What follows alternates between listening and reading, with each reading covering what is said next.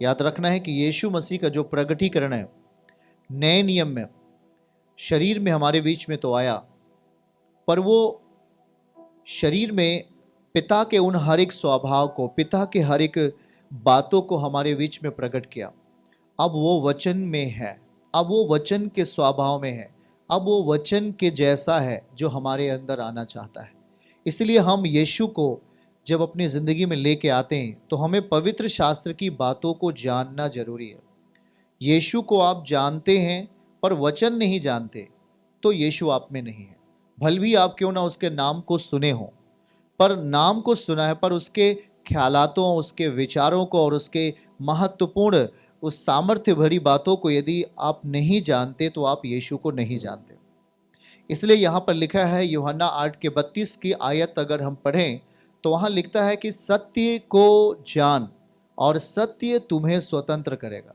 स्वतंत्रता सच्चाई से आती है।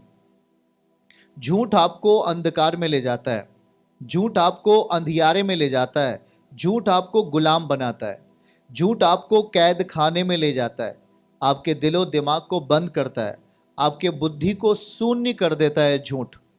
पर सत्य क्या है? सत्य आपको गुलामी से बाहर लेके आता है। सत्य आपको उस कटघरे से बाहर लेके आता है जहां आप बंद होते हैं। सत्य आपको उस गड्ढे से ऊपर लेके आता है जहां आप गिरे होते हैं। इसलिए यीशु ने क्या कहा यूहन्ना 8:32 में कि सत्य को जान ले, सत्य तुम्हें आजाद करेगा। याद रखना। तो यीशु मसीह इस जगत में क्यों आते हैं? प्रभु का आना हमारे लिए कितना महत्वपूर्ण है। वो हमारे जीवन को सुधारने के साथ साथ हमारे जीवन के बुद्धि की, आत्मा बुद्धि को, हमारे समझ को भी वो बढ़ोतरी करते हैं। हमारे अंदर एक परिपक्वता का, एक शुद्धता का जीवन देते हैं। जहाँ पर हम उन बातों को नहीं समझ पाते हैं, हम उन बातों को समझने लगते हैं। जो बातें हमसे बहुत दूर होती हैं कि वो हम वहाँ तक पहुँच नहीं पाएंगे, ऐसा कभी कभी विचार आता है। लेकिन प्रभु के आने से, जो उसके वचन को ग्रहण करने से, यीशु को अपनी ज़िंदगी में जगह देने से हमारी बुद्धि अच्छी होती है, हमारा विवेक मजबूत हो जाता है। उसमें हर तरीके की समस्याएं और रोग को प्रभु बाहर करके एक शुद्ध विवेक हमारे अंदर देता है, और इस शुद्ध विवेक के साथ हम परमेश्वर की भक्ति को करना आरंभ करते हैं। इसलिए लिखा यूहन्ना 8:32, सत्य को जान और सत्य तुम्हें स्वतंत्र करेगा। सत्य आखिर क्या है? Word of the God. परमेश्वर को जो वचन है वह सत्य है। केवल एक ही वचन नहीं, परंतु पवित्र शास्त्र का जो भी पवित्र शास्त्र में वचन है, अगर उसे हम पढ़ते हैं, उसे विश्वास के साथ अपने जीवन में लागू करते हैं, तो वो हमारे जीवन को फ्री करेगा। वो हमें हर एक बंधन से मुक्त करेगा, वो हमें हर एक गुलामी की दशा से बाहर लेके आएगा और हमें हर एक संसार के डर से बाहर करेगा। हमारे अंदर एक नया उत्सुकता देगा, हमारे अंदर एक प्रेम भर देगा, हमारे अंदर एक दया भर देगा, हमारे अंदर दूसरों पर कृपा करने का एक मन भर देगा प्रभु। इसलिए इस वचन को हमारे लिए, ये वचन हमारे लिए उपयोगी है। याद रखना, केवल नाम को जानने से बात नहीं बनती है। याद रखना।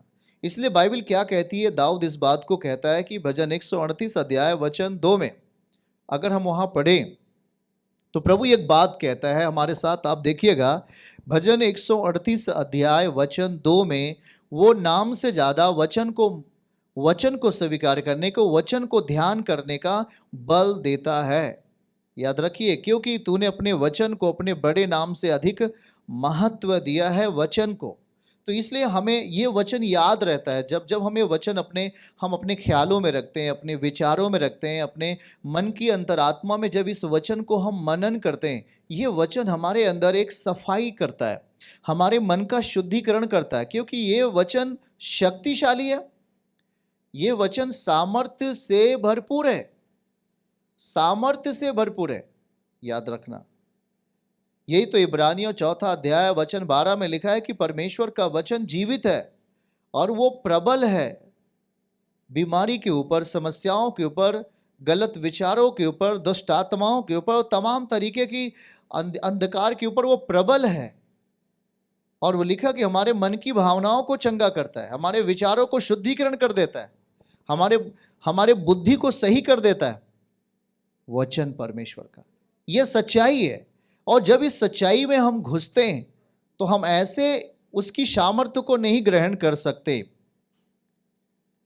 यदि हम इस सत्य की सच्चाई को जानना चाहते हैं तो हम ऐसे ही नहीं पा सकते, परंतु हमें अपने मन के अंदर एक प्रायश्चित रखना होगा। हमें मन के अंदर एक प्रायश्चित की भावना लेके आना होगा, क्योंकि याद रखो कि बाइबल क्या कहती है। रोमियो अध्याय 3 वचन 23 को हम पढ़ेंगे सबके लिए।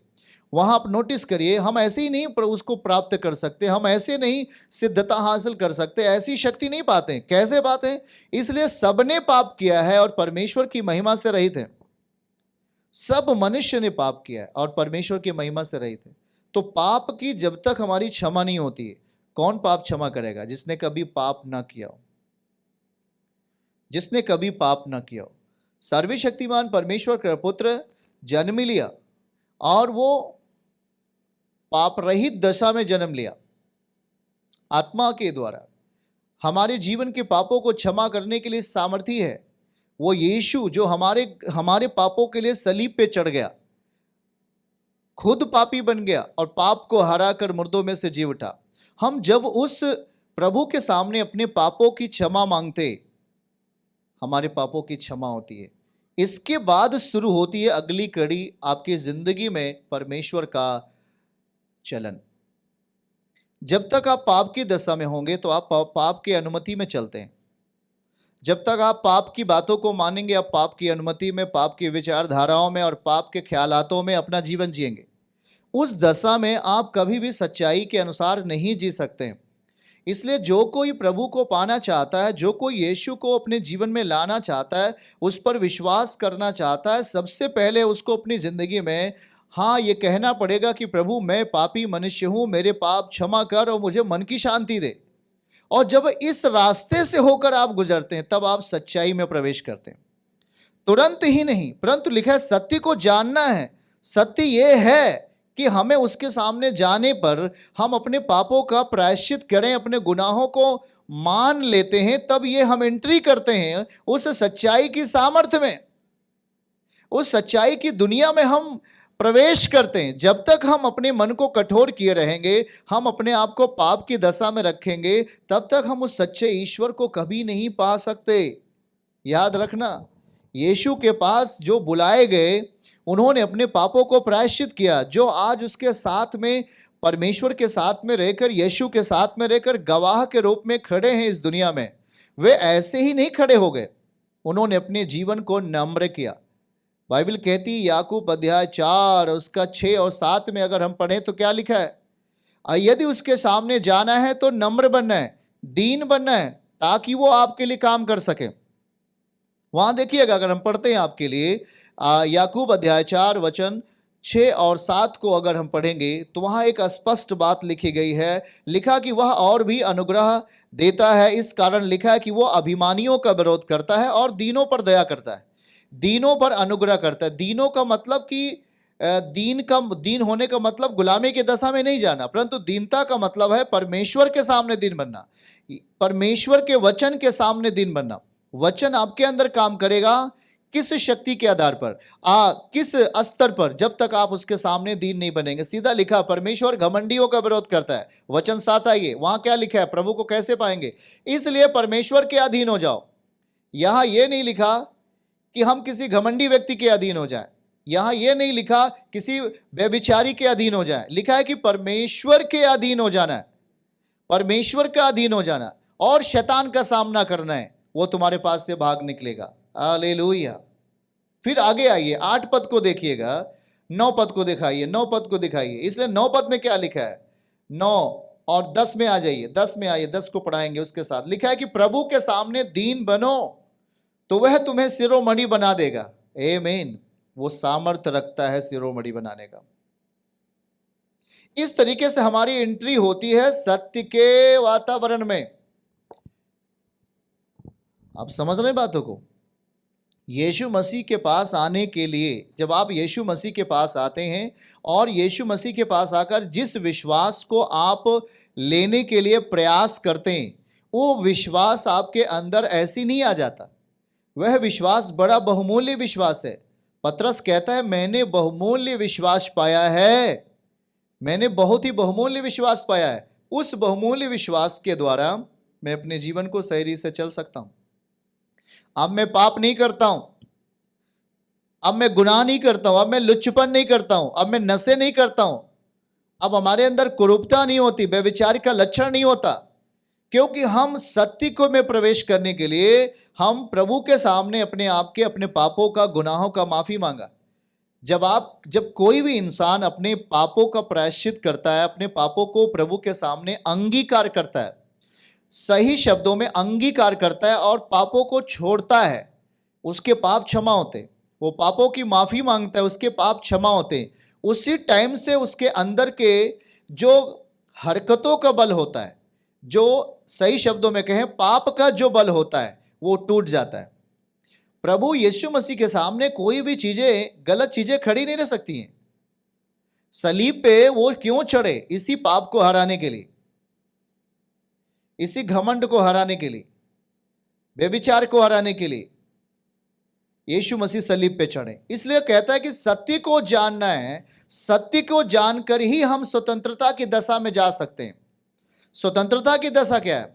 किसी के प्रति ईर्ष्या नहीं है, ये आपके अंदर स्वतंत्रता की दशा है।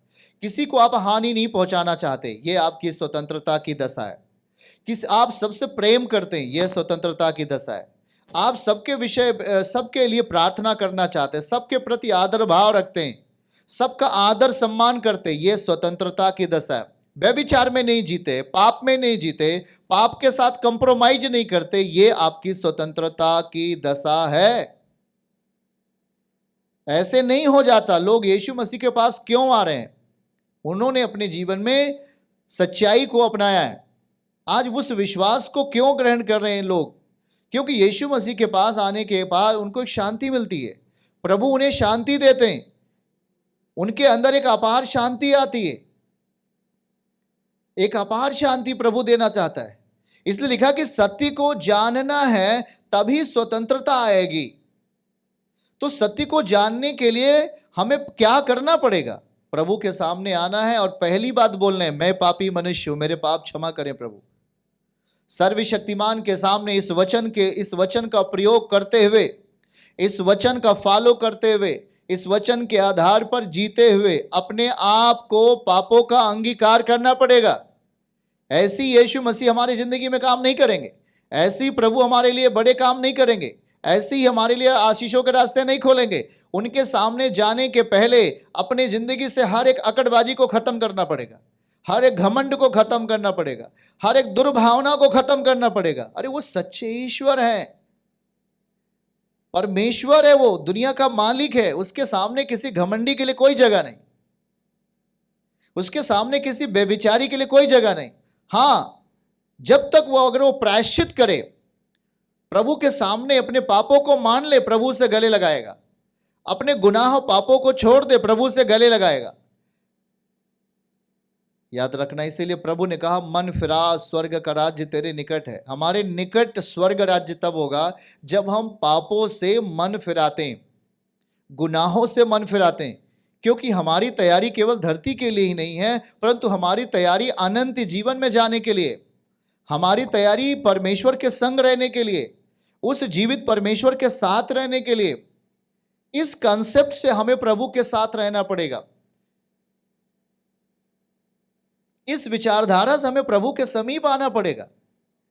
परमेश्वर हमारे मन का इलाज करते हैं, परमेश्वर हमारे जीवन का शुद्धिकरण देते हैं जब हम उसके वचन के अनुसार जीने के लिए अपने आप को तैयार करते हैं। यह मनुष्य आपकी मर्जी है, आप अपने जीवन को सही रखना चाहते हो या आप अपने जीवन को बेकार दशा में रखना चाहते हो। प्रभु हमेशा हर एक मनुष्य के लिए उसने सलीब पर आज से 2000 साल पहले बलिदान किया है। कोई भी मनुष्य इस दुनिया का है, कोई भी मनुष्य क्यों ना हो, वो सबके लिए बलिदान किया, सबके लिए बलिदान हुआ है और वो सबसे प्रेम करता है। हालेलुया। वो किसी एक कौम से नहीं, किसी एक जाति से नहीं, किसी एक धर्म वाले व्यक्ति से नहीं प्रेम करता, वो पूरे जगत से प्रेम करता है। क्योंकि परमेश्वर ने यूहन्ना 3:16 में लिख दिया है कि परमेश्वर ने जगत से ऐसा प्रेम रखा क्योंकि उसने अपना इकलौता पुत्र हमारे लिए भेज दिया, ताकि जो कोई उस पर विश्वास करे वो नाश ना हो परंतु अनंत जीवन पाए, अनंत जीवन पाए। अनंत जीवन पाने के लिए हमें सच्चाई में प्रवेश करना है। सच्चाई क्या है? उसका वचन है। जब तक उसके वचन को आप अपनी जिंदगी में लागू नहीं करोगे, हम कैसे उस परम प्रधान का आनंद ले सकेंगे? हम कैसे उसकी शक्ति को अपने जीवन में महसूस करेंगे? कैसे अपने खोए हुए अच्छे पल को फिर प्राप्त कर पाएंगे? कैसे हम खोए हुए आनंद को प्राप्त कर पाएंगे? प्रभु हमें देना चाहता है, प्रभु हमें अपनी शांति देना चाहता है, प्रभु हमारे आंसुओं को पोंछना चाहता है। वो सामर्थी है। पूरा बाइबल परमेश्वर के बड़े कामों से भरा पड़ा हुआ है। उत्पत्ति से लेकर प्रकाशित वाक्य तक अनोखे और अनोखे कामों को अंजाम देने वाला परमेश्वर है। वो दुनिया का रचने वाले प्रभु हैं। उसने सब कुछ बना दिया, इसलिए उसे हम प्रेम पूर्वक ही अपने जीवन में महसूस कर सकते हैं। उसे प्रेम पूर्वक ही उसके वचन को पूरा करके हम अपने जीवन में उसे देख सकते हैं। वो अपना प्रकटीकरण अपने वचन से देता है। अब यदि वचन का प्रयोग आप में है तो यीशु भी आप में है। यदि प्रभु का वचन आप में पूरा हो रहा है तो प्रभु भी आप में पूरा हो रहा है। इस वचन से बाहर यदि कुछ आप काम करेंगे, वहां प्रभु आपका साथ नहीं देगा। यह वचन हमारा नहीं है, यह वचन परमेश्वर का है। ये किसी मनुष्य का अगर वचन होता तो जरा सोच के देखो, ये कब का नष्ट हो गया होता, ये कब का खत्म हो गया होता। पर यह वचन है, जीवित वचन है। इब्रानियों 4 अध्याय वचन 12 लिखा, परमेश्वर का वचन जीवित है। और जो चीज जीवित होता है वो कभी खत्म नहीं होता, वो बढ़ता जाता है, उसका कभी अंत नहीं होता। याद लिखो, क्योंकि परमेश्वर का वचन जीवित है, प्रबल है, दोधारी तलवार से बहुत चोखा है। वो आत्मा को, गांठ गांठ को, गूदे गूदे को आर पार छेदता है, मन के भावनाओं और विचारों को जांचता है। इसलिए इसे पाने के लिए हम क्या करें? इसे अपनी जिंदगी में, प्रभु को अपनी जिंदगी में शक्ति के रूप में देखने के लिए क्या करें? एक मनुष्य की सबसे बड़े छुटकारा कब होता है मालूम है प्रियजन? एक मनुष्य जब अपने पापों का प्रायश्चित कर लेता है और वो सही दिशा में चलना शुरू कर देता है, उसी दिन उसका सबसे बड़ा छुटकारा हो जाता है। और यीशु मसीह यही देना चाहता है। आज लोग गुनाह में आते हैं, पाप में ग्रसित आते हैं, व्यभिचार में ग्रसित आते हैं। बहुत सारे जवान लड़के लड़कियां पाप में ग्रसित होते हैं। लेकिन जब वो इस वचन के निकट आते हैं, जब प्रभु के वचन के निकट आते हैं और इस वचन को लेकर वो अपने पापों का प्रायश्चित करते हैं, इस वचन को लेकर वो सही जिंदगी जीने के लिए तैयार होते हैं, ये वचन उन्हें बल देता है, ये वचन उन्हें सामर्थ्य देता है, ये वचन उन्हें शक्ति देता है, ये वचन उन्हें चलने के लिए रास्ता देता है। और हम देखते हैं कि जैसे इस वचन को उन्होंने अपनी जिंदगी में धारण किया, इससे इस वचन को भक्ति के साथ स्वीकार किया है, उनकी जिंदगी पाप से बाहर आती है। हालेलुया। चर्च की सभी प्रार्थनाओं को और परमेश्वर के दास के द्वारा टीचिंग सुनने के लिए और अपडेट्स को जानने के लिए हमारे इस चैनल को सब्सक्राइब करें और साथ में बेल आइकन को जरूर दबाएं ताकि जब भी लाइव प्रार्थना हो तो सबसे पहले आप देख सकें।